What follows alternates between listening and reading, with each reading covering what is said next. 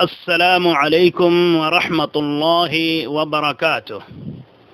नहमदुहु व नुसल्ली अला रसूलिल करीम। अम्मा बाद।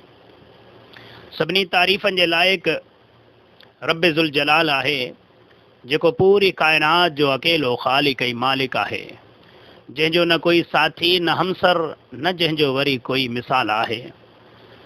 ऐं करोड़ों दुरूद व सलाम हुजनि उन पाक हस्तीअ ते जंहिंखे रब्बुल आलमीन रहमतुल लिल आलमीन करे मोकिलियो आहे। मुंहिंजा अज़ीज़ दोस्तो ऐं साथियो, जीअं त तमामु दोस्तनि खे ख़बर आहे त हिन वक़्तु मुहर्रमुल हराम जो महीनो हले पियो, जेको हुरमत वारो महीनो आहे। अल्लाह ताला पाक क़ुरान में फ़रमाए थो, जॾहिं खां वठी अल्लाह ताला ज़मीन ऐं आसमान खे बनायो त उन में महीननि जो अदद 12 आहे ऐं उन में 4 हुरमत वारा आहिनि। उहे 4 हिकु रजब, पोइ ज़ुल्क़ाद, ज़ुल्हज ऐं मुहर्रम। इहे 4 हुरमत वारा महीना आहिनि, फ़ज़ीलत वारा महीना आहिनि। ऐं इन्हनि महीननि जो क़दुरु अदब एहतराम दौरे जाहिलियत में जाहिलीन ऐं मुशरिक बि कंदा हुया। त मुंहिंजा अज़ीज़ दोस्तो, हिन महीने में जेके पहिरियां 10 दिहाड़ा आहिनि असांजे मुआशिरे में, उनमें जेके शिरक ऐं बिदआत ऐं अल्लाह ऐं अल्लाह जे रसूल सल्लल्लाहु अलैहि वसल्लम जी जेका नाफ़रमानी जी इंतिहा कई थी वञे, उहो शायदि ॿियनि महीननि में कोन थो कयो वञे। हालांकि हीउ हुरमत वारो महीनो आहे, हिन में कंहिं बेगुनाह जो रतु वहणु इंतिहाई गुनाह। पर हिन मुआशिरे में एतिरी त जहालत फैलिजी वई जो अॼु जो नाले जो मुसलमान पंहिंजो रतु पाण पियो थो वहाए, पंहिंजनि मासूमनि जो वहाए, पंहिंजनि पोढ़नि जो वहाए थो, जंहिंजो को मक़सदु बि कोन्हे को। हालांकि अल्लाह ताला पंहिंजे पाक कलाम में फ़रमाए थो त हीअ ज़मीन ऐं आसमान में जेको बि कुझु आहे, मूं बग़ैर मक़सद जे कुझु बि नाहे पैदा कयो आहे। जेके बि शयूं मूं पैदा कयूं आहिनि उन्हनि जो मक़सदु आहे। बग़ैर मक़सद जी का शइ हिन काइनात में कोन ठही आहे। पर अफ़सोस, अॼु असांजा मुसलमान बग़ैर मक़सद जे अमल पिया था कनि।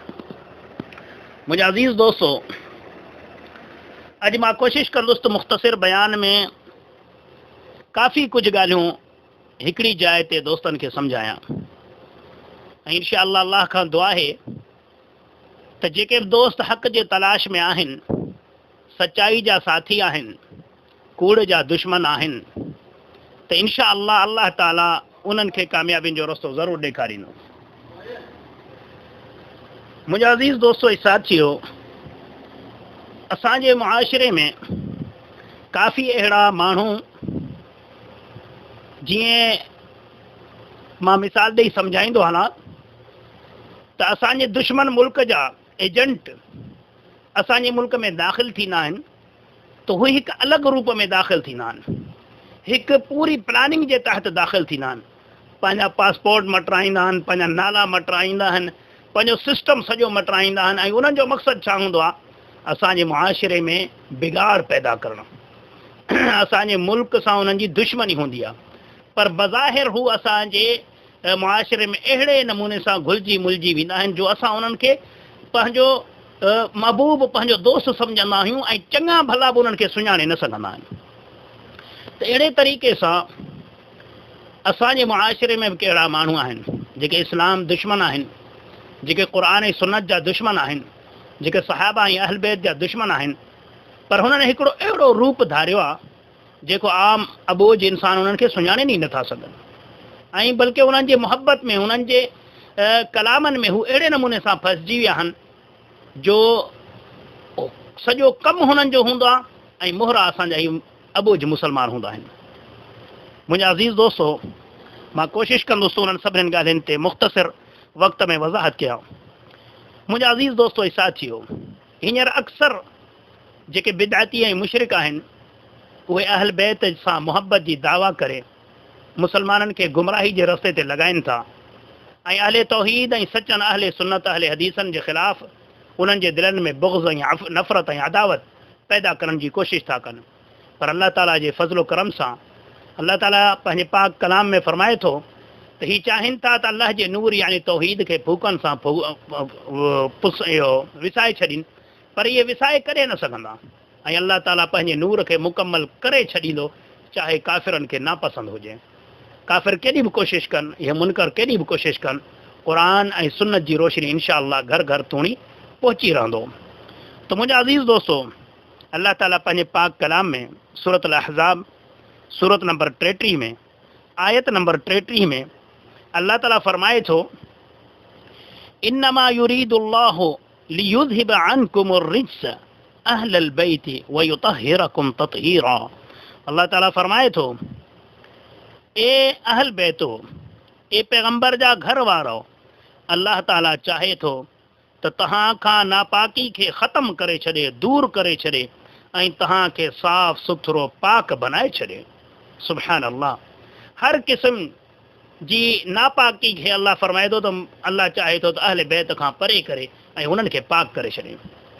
हिन आयत में हक़ीक़त में त अहल बैत मां मुराद नबी करीम सल्लल्लाहु अलैहि वसल्लम जूं घर वारियूं आहिनि, पर सही अहादीसनि मां साबित आहे त अल्लाह जे रसूल सल्लल्लाहु अलैहि वसल्लम पंहिंजनि उन्हनि अहल बैतनि जे लाइ बि इहे लफ़्ज़ इहा आयत इस्तेमालु कई आहे जिन्हनि ते सदको हराम आहे। अहल बैत ॿिनि क़िस्मनि जा आहिनि, हिकिड़ा उहे जिन्हनि ते सदको हराम न आहे, उहे नबी करीम सल्लल्लाहु अलैहि वसल्लम जूं घर वारियूं आहिनि, ऐं हिकिड़ा आहिनि जिन्हनि ते सदको हराम आहे, उहे न खाईंदा आहिनि सदको, बल्कि अल्लाह ताला उन्हनि जो शान अहिड़ो बनायो आहे त उहे हदिया क़बूल कंदा आहिनि। उहे अहल बैत केरु आहिनि? उहे आले अली रज़ी अल्लाह तआला अन्हु, आले अब्बास रज़ी अल्लाह तआला अन्हु, आले जाफ़र रज़ी अल्लाह तआला अन्हु ऐं आले अक़ील रज़ी अल्लाह तआला अन्हु। इहे उहे आले रसूल सल्लल्लाहु अलैहि वसल्लम आहिनि जिन्हनि ते सदको हराम आहे, जेके सदको न खाईंदा हुया। त अॼु असां आले अली रज़ी अल्लाह तआला अन्हु जे बारे में गुफ़्तगू कंदासीं, छो त इन्हनि मुशरिकनि बिदअतियुनि हिकु प्रोपेगेंडा करे छॾियो आहे त अहले हदीस जेके आहिनि उहे अहल बैतनि खे नथा मञनि, ऐं अॼु असां साबित कंदासीं त इनशा अल्लाह अहले हदीसनि जो अक़ीदो अहल बैतनि जे बारे में छा आहे। मुंहिंजा अज़ीज़ दोस्तो ऐं साथियो, सही अहादीसनि मां साबित आहे त अल्लाह जे रसूल सल्लल्लाहु अलैहि वसल्लम हज़रत अली रज़ी अल्लाह तआला अन्हु ऐं उनजे घराणे खे यानी अम्मा फातिमा ज़हरा रज़ी अल्लाह तआला अन्हा ऐं इमाम हसन हुसैन रज़ी अल्लाह अन्हुम उन्हनि खे पंहिंजे चादर जे हेठां आणे ऐं पोइ अल्लाह ताला ॾे आसमान ॾे ॾेहारे चई, या अल्लाह, ही मुंहिंजा अहल बैत आहिनि, मां हिननि सां मुहबत थो कयां, या अल्लाह तूं बि हुननि सां मुहबत कर, ऐं या अल्लाह जेके हिननि सां मुहबत कनि उन्हनि सां मुहबत कर। सुभान अल्लाह। ऐं अल्लाह ताला फरमाए, अल्लाह जे रसूल सल्लल्लाहु अलैहि वसल्लम फरमायो, या अल्लाह जेके हिननि सां मुहबत दोस्ती रखनि, या अल्लाह तूं उन्हनि खे दोस्त रखजांइ, ऐं जेके हिननि सां दुश्मनी रखनि उन्हनि खे दुश्मन रखजांइ। अल्लाह जे रसूल सल्लल्लाहु अलैहि वसल्लम जे हदीस जो मफ़हूम आहे त अल्लाह जे रसूल सल्लल्लाहु अलैहि वसल्लम फरमायो, उहो शख़्स जन्नत में कॾहिं दाख़िल ई न थींदो जंहिंजे दिलि में अहले बैत जी मोहबत न हुजे या अहले बैत जो बुग़्ज़ उन्हनि जे दिलि में हुजे, उहे जन्नत में दाख़िल कॾहिं न थींदा। मुंहिंजा अज़ीज़ दोस्तो, अल्लाह जे रसूल सल्लल्लाहु अलैहि वसल्लम फरमायो आहे त तव्हां खे मां पारत थो कयां अल्लाह ताला जी पाक कलाम ऐं मुंहिंजे अहल बैतनि जो, ऐं अगरि इन्हनि खे तव्हां वठंदो त तव्हां कॾहिं गुमराह न थींदो। मुंहिंजा अज़ीज़ दोस्तो, इन हदीस मां काफ़ी जाहिलनि ग़लति मतिलब बि कढियो आहे, चवंदा त ॾिसो अल्लाह ताला जे अल्लाह जे रसूल सल्लल्लाहु अलैहि वसल्लम फरमाए त तव्हां मुंहिंजे अल्लाह जे पाक कलाम क़ुर ऐं अहल बैतनि खे वठो। असां चवंदा हा, असांजो अल्हम्दुलिल्लाह इन हदीस ते अमल आहे, पर इन खे वज़ाहत कर। सही बुखारी में हदीस मौजूदु आहे त हज़रत अली रज़ी अल्लाह तआला अन्हु खां कंहिं पुछा कयो त ए अली, छा तव्हां वटि क़ुर ऐं सुन्नत खां सवाइ ॿी का टीं शइ आहे? त हज़रत अली रज़ी अल्लाह तआला अन्हु चयो त अल्लाह जो कसम, असां वटि अल्लाह जे पाक कलाम ऐं उन सहीफ़े खां सवाइ ॿियो कुझु बि न आहे जंहिंमें अल्लाह जे रसूल सल्लल्लाहु अलैहि वसल्लम जूं हदीसूं मौजूदु आहिनि। त मुंहिंजा अज़ीज़ दोस्तो, साबित थियो त अल्लाह जे रसूल सल्लल्लाहु अलैहि वसल्लम जेको चयो त तव्हां मुंहिंजे अल्लाह ताला जे पाक कलाम ऐं मुंहिंजे अहल बैत खे वठो, यानी जेको अहल बैत वटि शइ हुई उहो अल्लाह ताला जो फरमान ऐं अल्लाह जे रसूल सल्लल्लाहु अलैहि वसल्लम जो फरमान हुयो। उहा क़ुर ऐं सुन्नत जा पाबंद हुया, उन्हनि पंहिंजी का शरीयत, पंहिंजो को तरीक़ो न ठाहियो हुयो। तो मुंहिंजा अज़ीज़ दोस्तों, अहल बैतन जो शान सभ खां आला ऐं निरालो आहे, इन में को शक कोन्हे को। अल्लाह जे पैगंबरनि खां बाद में सहाबा ऐं अहल बैत जो शान आहे, पोइ पूरी मख़लूक। सहाबा ऐं अहल बैत में जेके तफ़र्रुक़ा कनि था, फ़र्क़बाज़ी कनि था, उहे इन्हनि जो मक़सदु सिर्फ़ु माण्हुनि में बुग़्ज़ ऐं अदावत फैलाइणु आहे। मुंहिंजा अज़ीज़ दोस्तों, आले अली रज़ी अल्लाह तआला अन्हु में सभ खां पहिरियों हज़रत अली रज़ी अल्लाह तआला अन्हु जी फ़ज़ीलत बयानु कंदासीं। हज़रत अली रज़ी अल्लाह तआला अन्हु खे अल्लाह जे रसूल सल्लल्लाहु अलैहि वसल्लम फरमायो, ए अली, तोसां मुहबत करणु मोमिन जी निशानी ऐं तोसां बुग़्ज़ रखणु मुनाफ़िक़ जी निशानी। यानी साबित थियो जेको हज़रत अली सां मुहबत कंदो उन में ईमान आहे, ऐं जेको नफ़रत रखे, बुग़्ज़ रखे, उहो बेईमान आहे।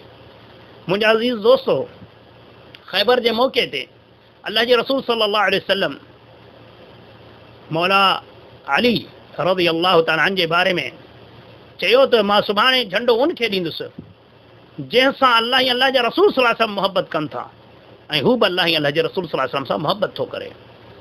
सभई सहाबा चवनि था त असांखे एतिरो शौक़ु कॾहिं बि इन आलम खणण जो, झंडे खणण जो न हो, छो त असांजो मक़सदु जिहाद फी सबिलिल्लाह आहे, अल्लाह कारण जिहाद करणु आहे। झंडे सां असांजो छा वञे, पर उन ॾींहुं जेका असांजी तड़प हुई उन झंडे खे हासिल करण जे लाइ, उन खां अॻु में कॾहिं बि न हुई, छो त अल्फाज़ ई अहिड़ा हुया त उन झंडो उन खे मिलंदो जेको अल्लाह अल्लाह जे रसूल सल्लल्लाहु अलैहि वसल्लम सां मुहबत थो करे, अल्लाह अल्लाह जा रसूल सल्लल्लाहु अलैहि वसल्लम बि उन सां मुहबत था कनि। त उन ॾींहुं सुबुह जो अल्लाह जे रसूल सल्लल्लाहु अलैहि वसल्लम उन ख़ैबर जे मारके जो जेको झंडो हो हज़रत अली रज़ी अल्लाह तआला अन्हु जे हथ ॾिनो, ऐं अल्लाह जे रसूल सल्लल्लाहु अलैहि वसल्लम फरमाया अल्लाह ताला उन जे हथ ते फ़तह ॾींदो इंशाअल्लाह। त मुंहिंजा अज़ीज़ दोस्तों, हिकिड़े चकर हज़रत अली रज़ी अल्लाह तआला अन्हु हिकु जंग ते विया त अल्लाह जे रसूल सल्लल्लाहु अलैहि वसल्लम फरमायो, या अल्लाह मूंखे जेसीं तुंहिंजी मौत न ॾिजांइ जेसीं तुंहिंजी मां अली जो दीदार न कया। अल्लाह जे रसूल सल्लल्लाहु अलैहि वसल्लम जे अॻियां हिकिड़े चकर हिकु पखी जो गोश्त पेश कयो वियो। अल्लाह जे रसूल सल्लल्लाहु अलैहि वसल्लम अल्लाह खां दुआ घुरी, या अल्लाह हिन धरती ते जेको तुंहिंजो महबूब बानो आहे उनखे मोकिल त मूंसां गॾु अची खाए। त उन वक़्तु हज़रत अली रज़ी अल्लाह तआला अन्हु पेश थियो। सुभान अल्लाह। त मुंहिंजा अज़ीज़ दोस्तों, अल्लाह जे रसूल सल्लल्लाहु अलैहि वसल्लम फरमायो, मन कुन्तु मौला हो फहादा अलीयुल मौला, जंहिंजो मां दोस्त महबूब आहियां त उनजो हीउ अली बि दोस्त ऐं महबूब आहे। मुंहिंजा अज़ीज़ दोस्तों, मुख़्तसर चवण जो मक़सदु इहो, जेको हज़रत अली सां मुहबत न करे उहो मोमिन न आहे। ऐं अल्हम्दुलिल्लाह अहले हदीसनि जो इहो अक़ीदो आहे। बाक़ी जेके मुनकर इहे मुनाफ़िक़त कनि वेठा उम्मत खे जहालत में धकेलण लाइ, क़ुरान ऐं सुन्नत खां दूर करण जे लाइ, त इंशाअल्लाह उन्हनि खे असां बेनिकाब करे रहंदासीं। मुंहिंजा अज़ीज़ दोस्तों, उन खां पोइ अम्मा फ़ातिमा रज़ी अल्लाह तआला अन्हा जो शान, अल्लाह जे रसूल सल्लल्लाहु अलैहि वसल्लम फरमायो, हदीस जो मफ़हूम आहे त फ़ातिमा मुंहिंजे दिलि जो टुकड़ो आहे, ऐं जंहिं फ़ातिमा खे ॾुखायो उन मूंखे ॾुखायो। अल्लाह जे रसूल सल्लल्लाहु अलैहि वसल्लम फरमायो त फ़ातिमा दुनिया ऐं आख़िरत में यानी जन्नत में औरतुनि जो सरदार आहे। उन खां अलावा अहादीसनि में अचे थो त जॾहिं अम्मा फ़ातिमा त ज़हरा रज़ी अल्लाह तआला अन्हा ईंदी हुई त अल्लाह जो रसूल सल्लल्लाहु अलैहि वसल्लम उथी बीहंदा हुया उन जे इस्तक़बाल में, उनजे मथे खे बोसो ॾींदा हुया ऐं पंहिंजी जाइ ते वेहारींदा हुया। अल्लाह जे रसूल सल्लल्लाहु अलैहि वसल्लम जी बेपनाह मोहब्बत हुई अम्मा फ़ातिमा रज़ी अल्लाह तआला अन्हा सां। ऐं हदीस में अचे थो त जेतिरी मुशाबत अम्मा फ़ातिमा रज़ी अल्लाह तआला अन्हा जी नबी करीम सल्लल्लाहु अलैहि वसल्लम सां हुई, उथण में, वेहण में, हलण में, ॻाल्हाइण में, त एतिरी मुशाबत कंहिंजी न हुई। त मुंहिंजा अज़ीज़ दोस्तों, उन खां बाद में इमाम हसन ऐं हुसैन जी फ़ज़ीलत, अल्लाह जे रसूल सल्लल्लाहु अलैहि वसल्लम फरमायो, हदीस जो मफ़हूमात इहे मुंहिंजा ॿ गुल जेके आहिनि उहे जन्नत जे जवाननि जा सरदार आहिनि। अल्लाह जे रसूल सल्लल्लाहु अलैहि वसल्लम हिकिड़ो चकर ख़ुतबो पिया ॾियनि त इमाम हसन या हुसैन रज़ी अल्लाहु अन्हुम मां हिकिड़ो मस्जिद नबवी में दाख़िल थियो ऐं नंढड़ो हुयो, पंहिंजे नंढड़ाइप जे करे थिड़ंदे थाबड़ंदे पिया अचनि त अल्लाह जे रसूल सल्लल्लाहु अलैहि वसल्लम पंहिंजो ख़ुतबो अधु में छॾियो ऐं लही वञी उन्हनि खे खयो ऐं पोइ उन्हनि खे खणी ख़ुतबो ॾिनई ऐं फरमायूं त बेशक अल्लाह ताला क़ुरान शरीफ़ में सच फरमायो आहे त माल ऐं औलाद में इंसान जे लाइ आज़माइशूं आहिनि। मुंहिंजा अज़ीज़ दोस्तो, इमाम हसन ऐं हुसैन मंझां कंहिं नबी करीम सल्लल्लाहु अलैहि वसल्लम जे कुल्हे मुबारक ते रोज़े जी हालत में निमाज़ जी हालत में चढ़िया त नबी करीम सल्लल्लाहु अलैहि वसल्लम पंहिंजे सजदे खे तूल ॾेई छॾियो, पर पंहिंजे सजदे खां मथो न खयूं, मथो मुबारक न खयूं, जेसीं तोणी उहे पाण नबी करीम सल्लल्लाहु अलैहि वसल्लम जे कुल्हे तां न लथा। मुंहिंजा अज़ीज़ दोस्तो, अहिड़ियूं काफ़ी रिवायतूं आहिनि त हिकिड़े चकर नबी करीम सल्लल्लाहु अलैहि वसल्लम इमाम हसन या हुसैन मंझां कंहिंखे पंहिंजे कुल्हे ते खयों पिया अचनि त हज़रत अबू बकर रज़ी अल्लाह तआला अन्हु मिलिया, चयूं त माशा अल्लाह, वाह जी न सवारी आहे। त अल्लाह जे रसूल सल्लल्लाहु अलैहि वसल्लम फरमायो त सवार त बि आहे न, सुभान अल्लाह। त मुंहिंजा अज़ीज़ दोस्तो, अहल बैतन जो शान क़ुरान ऐं हदीस में भरियो पियो आहे, पर हीउ मुख़्तसिर असां ॿुधायोसीं त जीअं ॿियनि ॻाल्हियुनि ते गुफ़्तगू करे सघूं। मुंहिंजा अज़ीज़ दोस्तो, अल्लाह ताला पंहिंजे पाक कलाम में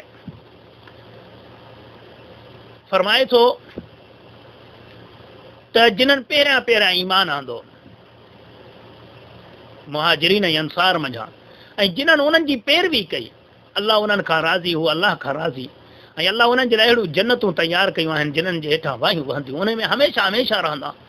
त मुंहिंजा अज़ीज़ दोस्त, असां ते लाज़िम आहे त असां सहाबा ऐं अहल बैत जी पैरवी कयो। मुंहिंजा अज़ीज़ दोस्त, हिन दौर में घणनि माण्हुनि पूरी कोशिशि कई आहे त उम्मत खे किस्सनि, कहाणियुनि, ख़्वाब, तारीख़ ॾे वठी वञूं ऐं सहाबा ऐं अहल बैत जे बारे में हुननि जे दिलनि में बुग़्ज़, अदावतूं, नफ़रतूं पैदा कयूं त हुननि पाण में हीअं कयो, पाण में हीअं कयो। अल्लाह ताला पाक क़ुरान में फरमाए थो त नबी करीम सल्लल्लाहु अलैहि वसल्लम सां जेके गॾु हुया उहे पाण में रहम दिल ऐं काफ़िरनि ते सख़्तु हुया। मुंहिंजा अज़ीज़ दोस्तो, सहाबा ऐं अहल बैत जी पाण में बेपनाह मुहबत हुई, बेपनाह मुहबत हुई, एतिरे क़दुरु जो पाण में रिश्तेदारियूं हुयूं। हज़रत अली रज़ी अल्लाह तआला अन्हु जी न्याणी हज़रत उमर रज़ी अल्लाह तआला अन्हु खे ॾिनल हुई, यानी हज़रत उमर रज़ी अल्लाह तआला अन्हु हज़रत अली जो नाठी ऐं हज़रत अली हज़रत उमर जो सहुरो।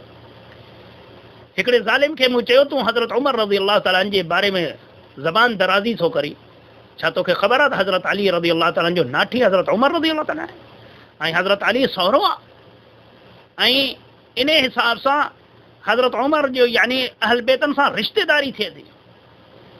त उहो जाहिल छा थो चए न न न न इहो जेको निकाह इहो ज़ोरी थियो, मुंहिंजो ॿुधी कोन थो मरी, शर्म कोन थो अचे। हज़रत उमर, हज़रत अली रज़ी अल्लाह तआला जहिड़े गैरतमंद इंसान जे बारे में तूं इहा ॻाल्हि थो करीं त हुन यानी ज़ोरी ते पंहिंजी धीउ ॾेई छॾी। इस्लाम में त ज़ोरी जो निकाह ई कोन्हे को, पर इहे जहालतूं, इहा ॻाल्हि अहले सुन्नत अहले हदीसनि जे किताबनि मां बि साबित आहे ऐं शियनि जे बि किताबनि मां साबित आहे त हज़रत अली पंहिंजी न्याणी हज़रत उमर खे ॾिनी।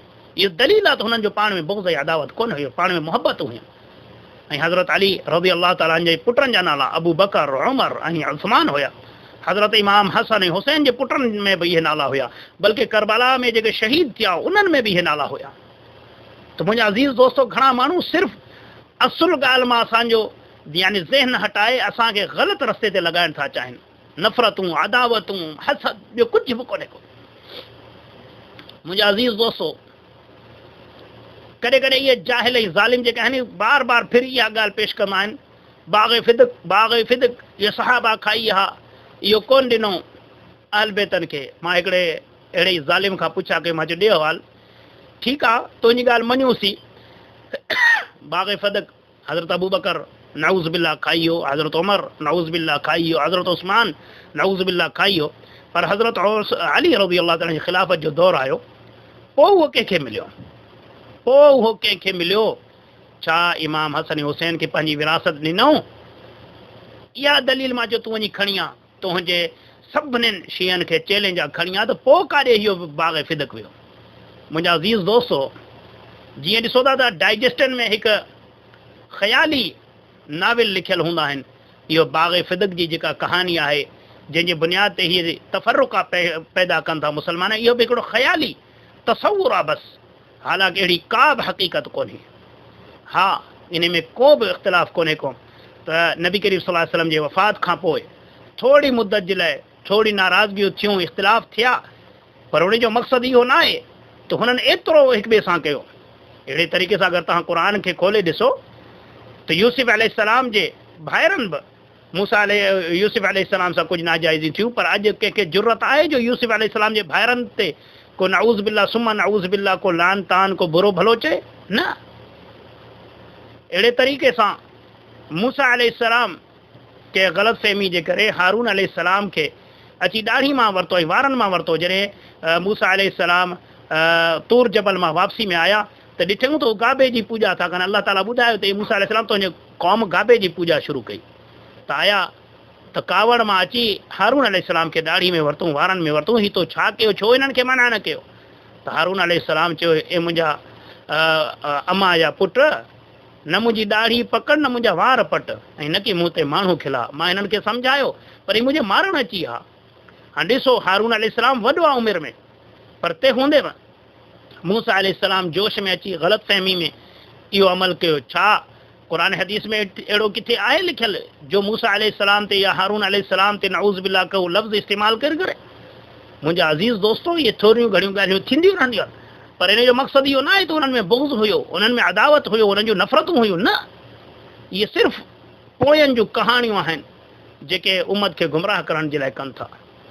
मुंहिंजा अज़ीज़ दोस्तो, सो दोस्तनि खे असां ॿुधायूं था, सुजाॻ थियो इन्हनि फ़िरक़नि खां, इन्हनि टोलनि खां, जिन्हनि खां पुछा कर त हीउ क़ुर सचो आहे, उहो पूरो क़ुर आहे? चवंदा न, सहाबनि बाद में मटायो, नऊज़ बिल्ला मिन ज़ालिक, इहो उहो क़ुर आहे ई कोन। पुछा करी न, भला नबी करीम सल्लल्लाहु अलैहि वसल्लम खां पोइ हेतिरा सहाबा जेको हुया उन्हनि में हिदायत याफ़्ता घणा? चवंदा 4, बाक़ी नऊज़ बिल्ला सभु मुर्तद थी विया, नऊज़ बिल्ला।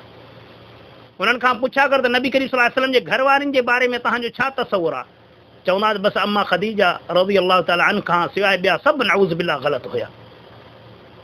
यानी जिन्हनि खां पुछा कर त हीउ जेको कलमो पढ़ियो थो वञे त अशहदु अल्ला इलाहा इल्लल्लाह वहदहु ला शरीक लहु व अशहदु अन्न मुहम्मदन अब्दुहु व रसूलुहु, छा इहो कलमो पूरो आहे, सही आहे? चवंदा न, इहो बि खुटल आहे।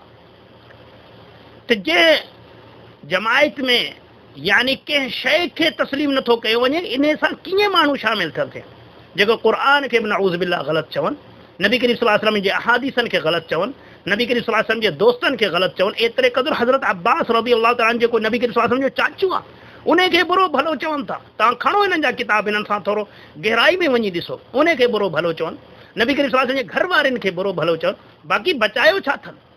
हज़रत अली रज़ियल्लाहु ताला जे नाठी खे बुरो भलो चवनि, नबी करीम सल्लल्लाहु अलैहि वसल्लम हज़रत अली जिन्हनि सां रिश्तेदारी धीउ ॾिनी आहे उन खे बुरो भलो चवनि, चवनि इहो निकाह ज़ोरी थियो आहे। ऐं वरी हिन खां पुछा कयो वञे त अहिड़ियूं मन घड़त रिवायतूं, हिकिड़े जाहिल मूंखे चयो, चई सही बुखारी में लिखियलु आहे त हज़रत उमर रज़ियल्लाहु ताला अन अम्मा फ़ातिमा रज़ियल्लाहु ताला जे घर जो दर साड़े छॾियो, उनजे मथां किराई, ऐं इन में हज़रत अम्मा फ़ातिमा रज़ियल्लाहु ताला जो हमल किरी पियो, ॿार हुस पेट में, उहो मरियो। मां जो ख़ुदा जी लानत हुजे तव्हां ते, जो अहिड़ा मन घड़त रिवायतूं था पेश कयो। मां चयो तव्हांखे ₹1,00,000 मां इनाम ॾींदुसि अगरि तव्हां इहो सही बुखारी में इहा हदीस साबित कई। वल्लाही अॼु तोड़ी उहो माण्हू वरी मुंहिंजे मुंहं ते नथो चढ़े। जॾहिं बि चईसि, चलो साईं मञंदव कोन? मां जो ख़ुदा जी मार पई, ॾेखार त सही, मञंदासीं कोन? एॾी जहालत, मन घड़त रिवायतूं, उन्हनि जूं पाण में मुहबतूं, रिश्तेदारियूं। केरु पंहिंजे दुश्मन जो नालो औलाद ते रखंदो? अगरि हज़रत अली रज़ियल्लाहु ताला जी दुश्मनी हुजे हा, इमाम हसन हुसैन रज़ियल्लाहु अन्हुम जी दुश्मनी हुजे हा, सहाबा खां पोइ छो इहे नाला रखियो? अबू बकर, उमर, उस्मान छो रखियो? ऐं हिननि ज़ालिमनि अॼु तोड़ी न ॿुधायो त करबला में अहिड़ा नाला हुया। पर अल्हम्दुलिल्लाह, अल्लाह ताला जज़ाए ख़ैर ॾे उलमाए अहले हदीस वारनि खे, अहले हक़ वारनि खे, जिन्हनि इहे ॻाल्हियूं साबित करे ॾेखारियूं, ऐं उन्हनि जी जुर्रत खे सलाम। त मुंहिंजा अज़ीज़ दोस्तो, अहिड़े मज़हब सां असां छा तालुक़ रखो जिन्हनि में सवाइ बुग़्ज़ ऐं नफ़रत ऐं अदावत जे ॿियो कुझु बि कोन्हे। उम्मत खे मातम ते हणी छॾियो, पंहिंजो सीनो कुटे, पंहिंजो रत पिया था कढनि, मासूमनि ते ज़ुल्म, नंढड़नि नंढड़नि मासूमनि खे छुराया था वञनि, रत वहायो थो वञे। अहिड़ो असां जे नौजवान नसुल खे तबाह बर्बाद पिया था कनि।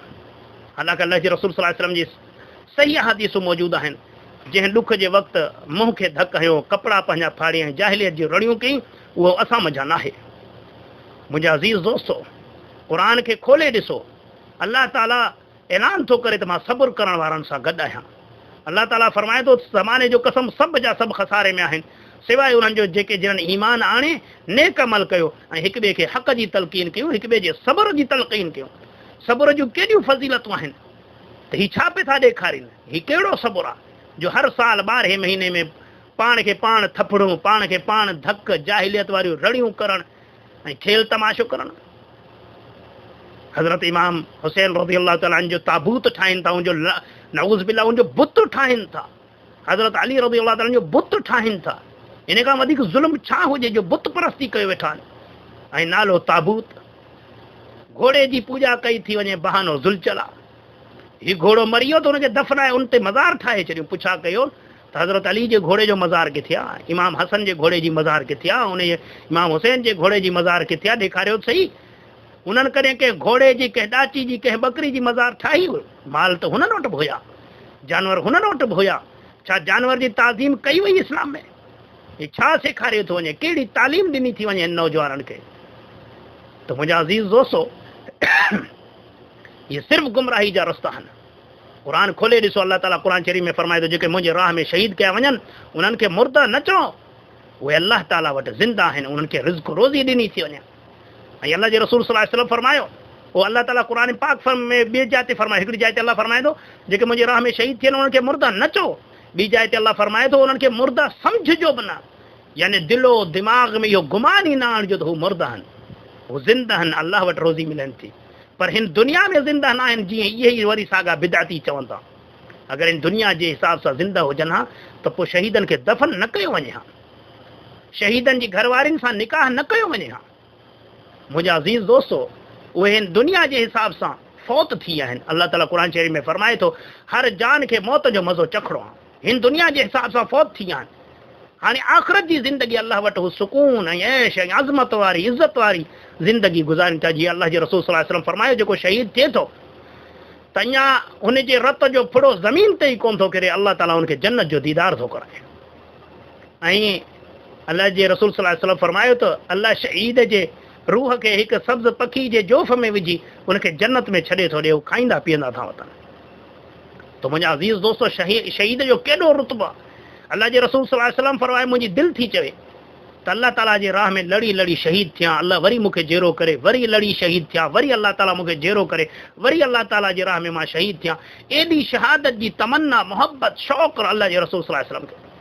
अलाह जे रसूल सल्लल्लाहु अलैहि वसल्लम फरमायो त शहीद जॾहिं अलाह ताला वटि पहुचे थो त अलाह ताला उनजे इकराम थो करे, उनजो इकराम थो करे त छा खपई बाना, घुर छा खपई? पोइ घुरंदो थो वञे, अलाह ॾींदो थो वञे, छा खपई, अञा छा खपई? तूं बानो थो चए, अलाह तो मूंखे सभु कुझु ॾिनो, सभु कुझु मूंखे ॾिनई। अगरि वाक़ई मूंखे अञा अलाह ॾियणु चाहीं थो, हीअ जन्नत में त सभु कुझु मूंखे मिलियो, पर अगरि वाक़ई मुंहिंजा रब तूं मूंखे ॾियणु चाहीं थो त पोइ मूंखे दुनिया में मोकिल, त मां वरी बि तुंहिंजे राह में लड़ी शहीद थिया। छो जेको शहादत में मज़ो आहे उहो त जन्नत में बि कोन्हे। त मुंहिंजा अज़ीज़ दोस्तो, एॾो शहीद जो रुतबो आहे। ऐं हीउ छा कयो वेठा आहिनि, छा जो खेल तमाशो बनाए वेठा आहिनि। यानी नऊज़ बिल्लाह, ॼण त वॾो नुक़सानु थी वियो आहे। नुक़सानु इहो न थियो, बल्कि इहे कामयाबियूं आहिनि। जेके अलाह जे राह में शहीद थियनि था उहे कामयाबु थी था वञनि, फलाह खे पाए था वञनि। जेहिकिड़ो सहाबी हो, काफ़िरनि जॾहिं हुनखे नेज़ो हयो, नेज़ो जॾहिं हुनजे सीने खां पार थियो त चयईं, फुज़्तु व रब्बुल काबा, हे रब काबा जो कसम, मां कामयाबु थी वियुसि। यानी उन्हनि जो इहो ई ईमान हो त कामयाबी अलाह जी राह में आहे। ऐं अलाह ताला क़ुर शरीफ़ में फरमाए थो, हे ईमान वारो, छा तव्हांखे अहिड़े वापार जो ॾस ॾियां जेको तव्हांखे दर्दनाक अज़ाब खां बचाए? उहो वापार छा आहे? अलाह ई अलाह जे रसूल सल्लल्लाहु अलैहि वसल्लम ते ईमान आणियो ऐं पंहिंजे जान ऐं माल जे ज़रिए अलाह जे राह में जिहाद कयो। मुंहिंजा अज़ीज़ दोस्तो ऐं साथियो, शहीद जो वॾो रुतबो आहे। इहो न आहे शहीद जो जेको ही किन कयो वेठा आहिनि, पंहिंजो रत वहाइनि वेठा। रत वहायो त कुफ़ारनि जो वहायो, मुशरिकीननि जो वहायो, उन्हनि जे ख़िलाफ़ तव्हां प्लानिंगूं कयो, तव्हां जिहाद कयो। हीउ छा आहे जो पंहिंजो पाण खे पिया था मारियो? हीउ किथां जी शराफ़त आहे, किथां जो अकुल आहे? रहंदो अञा दुश्मननि खे खिलाइणु थियो असां ते। असांजे नौजवान नसुल खे अहिड़े कम ते लॻाए यहूद ऐं नसारा ख़ुशि पिया थियनि त असांखे हिननि जी मारण जी ज़रूरत हाणे न आहे, पाण खे पाण मारींदा। वरी छा था कनि? हिकु त इहो, ऐं ॿियो वरी छा कंदा? न इत्तिबाए सुन्नत अथनि, न क़ुर जो इत्तिबा, न सहाबा, न अहल बैत जो इत्तिबा, कुझु बि कोन्हनि। छा कंदा? इन मुहर्रम जे महीने में हर गली में वञो, न्याज़ नगर थियनि था, बिरयानियूं, हलवा ऐं बर्फ़ जा थधा थधा पाणी पुछा करी न त चवंदा असां मोहबत अहल बैत में आहियूं। पुछा करी सॼे वाल क़ुर पढ़ी, चई न क़ुर पढ़ियल न आहियां। निमाज़ पढ़ी थो, जेका निमाज़ इमाम हुसैन रज़ी अल्लाह ताला अन्हु करबला में बि क़ज़ा न कई, भला उहा निमाज़ पढ़ी थो? न, निमाज़ कोन थो पढ़ा, बाक़ी हुबदार आहियां हुसैन जो।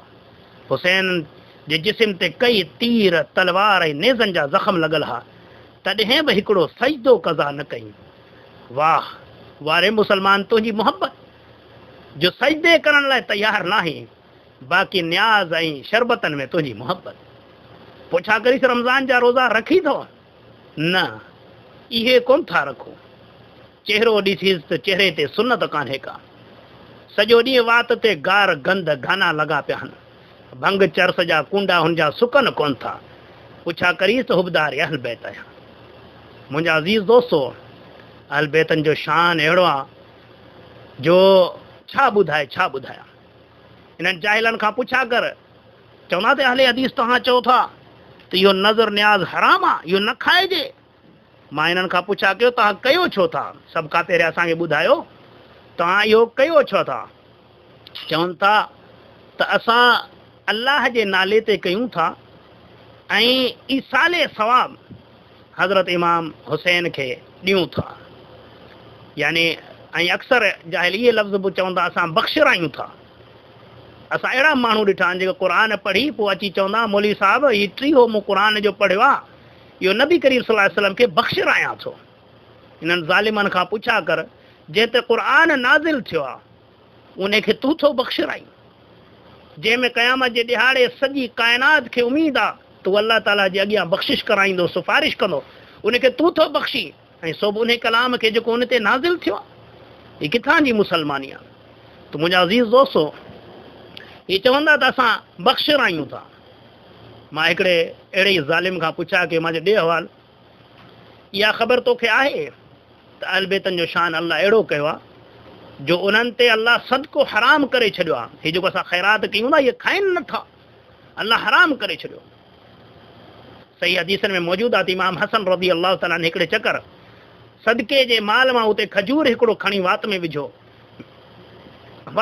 त अलाह जे रसूल सल्लल्लाहु अलैहि वसल्लम जे वात में आङुर हणी, चई ये हुसैन किख किख, ये हुसैन कढ, ये हसन कढ कढ। आख़िर नबी करीम सल्लल्लाहु अलैहि वसल्लम हज़रत हसन रज़ी अल्लाह ताला जी वात में आङुर हणी उनखे कढी छॾियो ऐं चई ये हुसैन मूं ते ऐं मुंहिंजे आल ते सदको हराम आहे। ऐं बयान बि कयूं, चयूं त सदको मुंहिंजी उम्मत जो ई मर आहे ऐं असां ते हराम आहे। त मुंहिंजा अज़ीज़ दोस्तो, अॼु जे मुआशरे में अगरि इंसान चाहे सदको करणु, ख़ैरात करणु, पर सरदार खे वञी ॾे। हिकिड़े दोस्त खे मां चयो, मां चयो ॻाल्हि ॿुध, तूं ज़कात कढी, असां जमाली साहिब ॾे खणी वञु, सरदार साहिब ॾे वञी चई साईं मां ज़कात कढियो आहे, हिन ज़कात में 1000 ई तोखे आहे। मां चयो सरदार राज़ी थींदो या वठण ऐं धसण कंदई? चई ना बा सरदार खे केरु थो ज़कात ॾे, चरियो ई जा माराईंदे छा? मां चयो पोइ शर्म कोन थो थिए? दुनिया जे सरदार खां लहराईंदो उनखे ज़कात नथो ॾे? जेके जन्नत जा सरदार आहिनि, जेके काइनात जा सरदार आहिनि, उन्हनि खे तूं बख़्शिराई वेठो, तूं उन्हनि खे ईसाले सवाब थो पहुचाई। जिन्हनि में काइनात खे उमेदु आहे त असांजी बख़्शिश करे ऐं असांजे लाइ जन्नत जा सबब बणजनि, तूं उन्हनि खे बि थो बख़्शिराई। तूं ईसाले सवाब, तुंहिंजी हैसियत छा आहे? मां चयो पहिरियां त तूं पंहिंजी त जान छॾा, तूं ॿियनि खे थो ईसाले सवाब ॾी, अहिड़नि हस्तियुनि खे। मुंहिंजा अज़ीज़ दोस्तो, अहल बैतनि जो शान ॾिसो त दुनिया में अलाह ताला उन्हनि ते सदको हराम करे छॾियो आहे। केरु इहो न चए त हे आले रसूल ई मां तव्हांखे सदको थो ॾियां, इहो उन्हनि जे शान जे ख़िलाफ़ आहे, उन्हनि जे अज़मत जे ख़िलाफ़ आहे। जो उम्मती उथी आले रसूल खे चए मां तव्हांखे सदको थो कयां, या अलाह जे रसूल सल्लल्लाहु अलैहि वसल्लम खे चए त तव्हांखे मां सदको थो कयां, इहे जाहिल क़ौम जूं आदतूं आहिनि जेके यहूद ऐं नसारा जी पैरवी कंदे अॼु हिते पहुता आहिनि। उहे चवंदा त असां आले रसूल सल्लल्लाहु अलैहि वसल्लम खे सदको था ॾियूं। मुंहिंजा अज़ीज़ दोस्तो, किथे बि साबित कोन्हे कि नबी करीम सल्लल्लाहु अलैहि वसल्लम खे या उनजे आल खे बाद में कॾहिं सहाबन सदको कयो हुजे या आले रसूल सल्लल्लाहु अलैहि वसल्लम मंझां कंहिं सदको कयो हुजे, न्याज़ कयो हुजे, या हज़रत अली रज़ियल्लाहु ताला कॾहिं न्याज़ कयो हुजे, इमाम हसन ऐं हुसैन कॾहिं कंहिं न्याज़ कयो हुजे, कोन्हे को इहो आहे ई कोन। इहो सिर्फ़ु खेल तमाशो आहे मौलवियुनि जे पंहिंजे पेट जी पूॼा जी पोयां। त मुंहिंजा अज़ीज़ दोस्तो, इहे सभई शयूं नाजाइज़ ऐं हराम आहिनि। अल्लाह ताला क़ुरान शरीफ़ में फरमाए थो, हुर्रिमत अलैकुमुल मैततु वद्दमु वलहमुल खिंज़ीर वमा उहिल्ल लिग़ैरिल्लाहि बिही। अल्लाह फरमाए थो, मां तव्हां ते वहंदड़ रत, खंज़ीर जो गोश्त ऐं उहे शयूं हराम करे छॾियूं जेको अल्लाह खां सवाइ ॿिए कंहिंजे नाले ते पुकारिया वञनि, पोइ कंहिंजे नाले ते हुजनि। मुंहिंजा अज़ीज़ दोस्तो, क़ुरान ऐं हदीस खे खोले ॾिसो, अल्लाह जी राह में ख़र्च करण जो सिर्फ़ु हिकिड़ो ई लफ़्ज़ इस्तेमालु थियल हूंदो आहे, फ़ी सबीलिल्लाह, फ़ी सबीलिल्लाह। अल्लाह जी राह में, अल्लाह जी राह में, अल्लाह जे ॾिनल मां ख़र्च कयो, पंहिंजो जान माल ख़र्च कयो। किथे बि अल्लाह जी राह खां सवाइ ॿियो को राह कोन्हे को। पर असांजे मुआशिरे में जेके ही मुहर्रम में सबील लॻंदा था, हुननि ते ॾिसो मथां छा लिखियल आहिनि, सबील करबला, करबला जी राह में, सबील फातिमत ज़हरा रज़ियल्लाहु तआला अन्हा, सबील इमाम हसन हुसैन रज़ियल्लाहु अन्हुम। इहे नाला यानी इन्हनि जी राह में, ऐं पुछा करीं त चिन्हनि असां इन्हनि जे नाले ते कोन था कयूं। मुंहिंजा अज़ीज़ दोस्तो, अहल बैतनि सां असांजी बेपनाह मोहबत आहे, पर अल्लाह वहदहू ला शरीक लहू जो शरीक न बनाईंदासीं, उन जे मर्तबे ते उन्हनि खे कॾहिं न आणींदासीं। ऐं इहो ख़ुदि अहल बैतनि खे पसंदि कोन हो। सही बुखारी तव्हां खोले ॾिसो, हज़रत अली रज़ियल्लाहु तआला अन्हु खे पंहिंजे दौर ख़िलाफ़त में कंहिं चयो, ए अली तूं अल्लाह ही, असांखे ख़बर आहे तूं ॿुधाई कोन थो, पर तूं अल्लाह ही। त हज़रत अली रज़ियल्लाहु तआला ओॾी महिल उन्हनि खे क़त्ल करण जा ऑर्डर जारी करे छॾिया।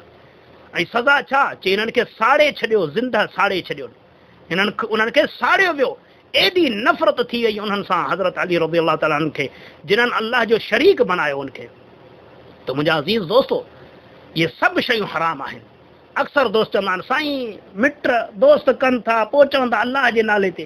असां चवंदा हिननि जो सभु खेल तमाशो अथव, इहे हिननि जा ढोंग आहिनि, इहे बहाना कयो वेठा आहिनि। सॼो साल हिननि खे कोन थो सुझे, हींअर ई अल्लाह जे नाले ते कनि था। त मुंहिंजा अज़ीज़ दोस्तो, इन्हनि सभिनीनि शयुनि खे छॾिणो आहे, चाहे मिटी वञे त वञे, माइटी वञे त वञे, दोस्ती वञे त वञण ॾीस, न आहे ज़रूरत इन्हनि जी। छा अल्लाह जे रसूल सल्लल्लाहु अलैहि वसल्लम मिटियूं न छॾियूं, देश न छॾियो, पंहिंजा मिट माइट न छॾिया? त मुंहिंजा अज़ीज़ दोस्तो, जॾहिं सहाबा अहल बैत ऐं नबी करीम सल्लल्लाहु अलैहि वसल्लम छॾिया त असां छो न छॾियो? क़ुर्बानीनि जे लाइ तयारु थियो, अगरि सची मोहबत तव्हां में आहे। पोइ अचो त हाणे घणा दोस्त चवंदा आहिनि, पोइ साईं आख़िर छा कयूं, असांजी मोहबत आहे अल्लाह जे रसूल सल्लल्लाहु अलैहि वसल्लम सां, अहल बैत सां, पोइ उन्हनि सां छा कयूं, उन्हनि जे लाइ असां करणु था चाहियूं, छा कयूं? मां चयो अचो मां तव्हांखे ॿुधायां छा कयूं। अल्लाह जे रसूल सल्लल्लाहु अलैहि वसल्लम फरमायो, जेको जंहिंसां मोहबत थो करे क़यामत जे ॾिहाड़े उन सां हूंदो। छा तव्हां नथा चाहियो त अल्लाह जे रसूल सल्लल्लाहु अलैहि वसल्लम जो साथ मिले, अहल बैतनि जो साथ मिले? चवंदा हा खपे। मां चयो अचो वरी अॻिते वज़ाहत। अल्लाह जे रसूल सल्लल्लाहु अलैहि वसल्लम फरमायो त जेको जंहिंसां मोहबत थो करे उहो उन सां क़यामत जे ॾिहाड़े हूंदो। अल्लाह जे रसूल सल्लल्लाहु अलैहि वसल्लम वरी फरमायो, सही हदीस में मौजूदु आहे, मन अहब सुन्नती फ़क़द अहबनी, जंहिं मुंहिंजी सुन्नत सां मोहबत कयो उन मूंसां मोहबत कई। अगरि तव्हां वाक़ई नबी करीम सल्लल्लाहु अलैहि वसल्लम सां अहल बैत सां मोहबत था कयो त पोइ उन्हनि जे सुन्नतनि खे वठो, उन्हनि जे तरीक़े खे वठो। अफ़सोस मोहबत जी दावा ऐं उन्हनि जे रब जे कलाम खे अॼु तोड़ी तो पढ़ियो ई कोन्हे। क़ुरान तर्जुमे सां पढ़ियो अथई? चई न। मां चयो पोइ कहिड़ी मोहबत अथई, छा तो सुञातोसि अहल बैतनि जो शान? अहल बैतनि जो शान बसि इहो वञी ॾिठई त ॿ देगू लाथई तूं वॾा हुबदार थिए, शरबत जो हिकिड़ो ड्रम लाथई तूं वॾो हुबदार थिए। उन्हनि जे पैगाम खे तो पढ़ियो कोन, उन्हनि जे पैगाम खे तो सम्झो कोन, उन्हनि जे सीरत खे, उन्हनि जे अमलनि खे तो सुञातो कोन, तूं कहिड़ी मोहबत कई? सभ खां पहिरियां अल्लाह जे रसूल सल्लल्लाहु अलैहि वसल्लम फरमाए, जंहिं मुंहिंजे सुन्नत सां मोहबत कई उन मूंसां मोहबत कई। सो तंहिं करे असांखे नबी करीम सल्लल्लाहु अलैहि वसल्लम जी सुन्नतनि खे वठिणो आहे। अगरि वाक़ई असांजी मोहबत आहे त असां उन्हनि जी सुन्नतनि जी पैरवी कयूं। उन खां बाद में अल्लाह जे रसूल सल्लल्लाहु अलैहि वसल्लम जे महबूब शयुनि खे महबूब बनायूं। जीअं नबी करीम सल्लल्लाहु अलैहि वसल्लम खे पंहिंजा अहल बैत महबूब हुया, अहिड़े तरीक़े सां नबी करीम सल्लल्लाहु अलैहि वसल्लम खे हिन उम्मत प्यारी हुई। त असांखे हिन उम्मत जे बारे में सोचणो आहे, हिन उम्मत जे फलाह लाइ, भलाई लाइ, सिरातुल मुस्तक़ीम ते उन्हनि खे आणण लाइ असांखे राति ॾींहुं कोशिशि करणी आहे। इन ई कोशिश जे करे हज़रत उमर रज़ी अल्लाह ताला शहीद थियो, उस्मान गनी रज़ी अल्लाह ताला शहीद थियो, हज़रत अली शहीद थियो, हसन ऐं हुसैन शहीद थिया। छाजे करे? कलिमा तौहीद ला इलाहा इल्लल्लाह जे लाइ ऐं नबी करीम सल्लल्लाहु अलैहि वसल्लम जे सुन्नतनि जी पैरवी जे ख़ातिर उन्हनि खे शहीद कयो। त पोइ असांखे बि खपे त हाणे असां बि उन्हनि जे नक्शे क़दम ते हलूं। ही छा आहे? चऊं असां हुसैन जा हुबदार आहियूं, हुसैन रज़ी अलाह ताला करबला में बुख ऐं उञ ॾिठो, ऐं असां कुकड़ ऐं मच्छियूं ऐं बिरयानियूं ऐं शरबतूं पिए था पियूं। इहा किथां जी गैरत आहे? मुंहिंजा अज़ीज़ दोस्तो, सभ खां पहिरियां अगरि मुहबत आहे त पैरवी करणी आहे। उन खां बाद में घणा दोस्त चवंदा आहिनि पोइ साईं ॿियो छा कयूं, कुझु त कयूं न। मां चयो सभ खां पहिरियां उनजे मिशन खे वठो, जेको उन्हनि जो मिशन हो, जेको उन्हनि जी ज़िंदगी जो मक़सदु हो, उन मक़सद खे तव्हां वठो। यानी जेको उन्हनि जो झंडो हो, उन झंडे खे तव्हां खणो त क़ुर ऐं सुन्नत खे फैलाइणो आहे। हीउ कारा अलम जेको लॻाए वेठो आहे, इहो उन्हनि जो झंडो न आहे। हुननि जो इहो झंडो कोन्हे की तव्हां हिन झंडे खे रंग रूप कयो ऐं हुननि ते अगरबत्तियूं मेणबत्तियूं ख़ुशबू लॻायो ऐं राति ॾींहुं वरितो तवाफ़ कंदो आहे। इहो छाजो झंडो हुननि जो? हुननि जो इहो झंडो न आहे। इहो त तव्हां बाज़ार मां वठी आयो, जो ही भान दादू मां इहो कपिड़ो वठी आयो, उन ते ॿ अखर लिखी छॾियो, चयो हुसैन जो झंडो आहे। हुसैन जो झंडो त इहो आहे त कलिमा ला इलाहा इल्लल्लाह जी बुलंदी। हुसैन जो झंडो त इहो आहे त मोहम्मद रसूलुल्लाह सल्लल्लाहु अलैहि वसल्लम जे पैगाम खे पूरी दुनिया में पहुचायो वञो। इहो ई झंडो उन जो हो। इन झंडे खे अॼु बि खणो त इहो ई झंडो साॻियो उहो ई झंडो थींदो। बाक़ी ही झंडा त हथरादू असां ठाहियो वेठा आहियूं। उन खां बाद में दोस्त चवंदा आहिनि साईं ॿियो छा? मां चयो अल्लाह जे रसूल सल्लल्लाहु अलैहि वसल्लम फरमायो त क़यामत जे ॾिहाड़े सभ खां पहिरियां मुंहिंजे वेझो उहो हूंदो जंहिंजा इख़लाक़ भला आहिनि। पंहिंजा इख़लाक़ भला कयो त नबी करीम सल्लल्लाहु अलैहि वसल्लम जो पाड़ो मिले।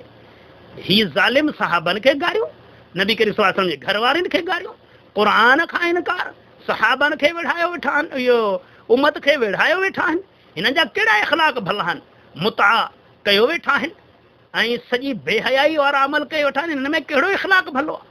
अल्लाह जे रसूल सल्लल्लाहु अलैहि वसल्लम फरमाए तूं मुंहिंजे वेझे क़यामत जे ॾिहाड़े उहो हूंदो जंहिंजा इख़लाक़ भला हूंदा। अल्लाह जे रसूल सल्लल्लाहु अलैहि वसल्लम जो पाड़ो खपेव त इख़लाक़ पंहिंजा सुधारियो, सीरत सुधारियो, अल्फाज़ पंहिंजा सुधारियो, पंहिंजे किरदार खे सुधारियो त पाड़ो मिलंदो। उन खां पोइ ॿियो छा कयूं? अल्लाह जे रसूल सल्लल्लाहु अलैहि वसल्लम जे बारे में अल्लाह ताला पंहिंजे पाक कलाम में फरमाए थो इन्ना अल्लाह व मलाइकतहु युसल्लूना अलन नबी या अय्युहल्लज़ीना आमनू सल्लू अलैहि व सल्लिमू तस्लीमा। अल्लाह ऐं अल्लाह जा रसूल सल्लल्लाहु अलैहि वसल्लम नबी करीम सल्लल्लाहु अलैहि वसल्लम ते दुरूद ऐं सलाम मोकिलीनि था।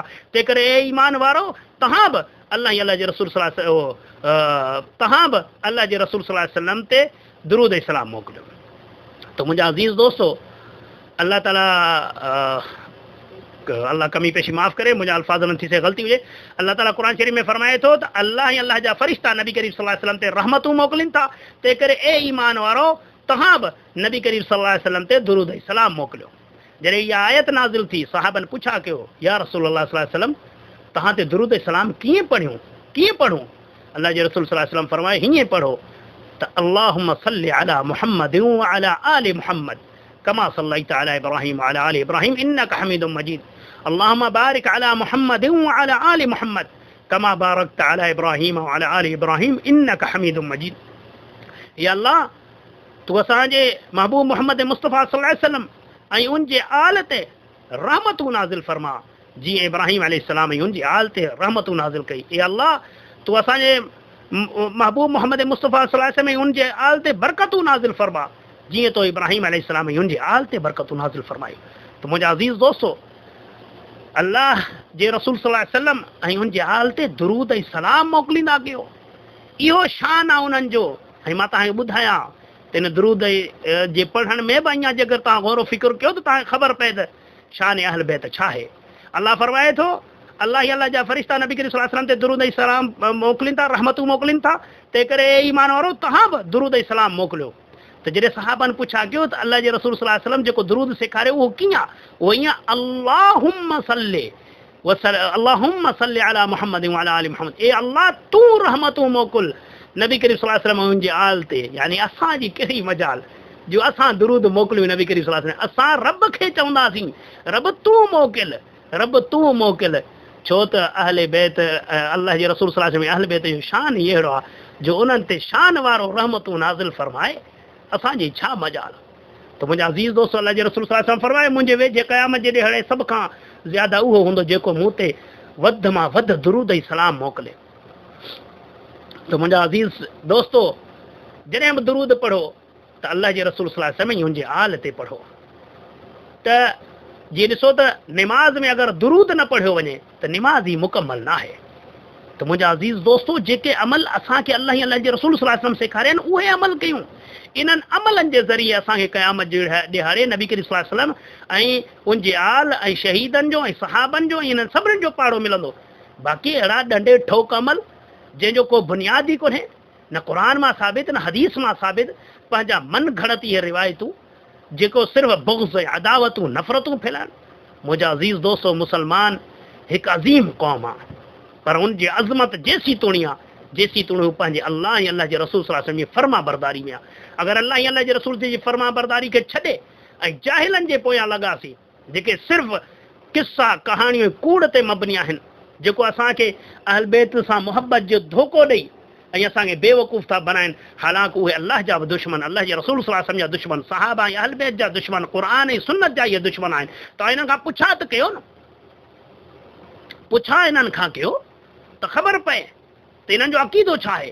क़ुर जे बारे में पुछा कनि त बि खुटल आहे, सहाबा जे बारे में पुछा करे चई नऊज़ बिल्लाह सभु मुर्तद थी विया, नबी करीम सल्लल्लाहु अलैहि वसल्लम जे घर वारनि जे बारे में पुछा कर त चओ सभु इहे धोखेबाज़ हुया नऊज़ बिल्लाह, ऐं पुछा कर कलमे जे बारे में त कलमो पूरो न आहे, ऐं जेको अमल तव्हां हिननि खां पुछा कर का शइ हिननि खां साबित न आहे। हिकिड़े चकर मां हिकिड़े शीए खे चयो, मां चयो ॻाल्हि ॿुध, तूं चई थो तूं हुबदार अहल बैत आहीं, सहाबा जो हुबदार तूं ही, नबी करीम सल्लल्लाहु अलैहि वसल्लम जो हुबदार तव्हां आहियो? चयो हा।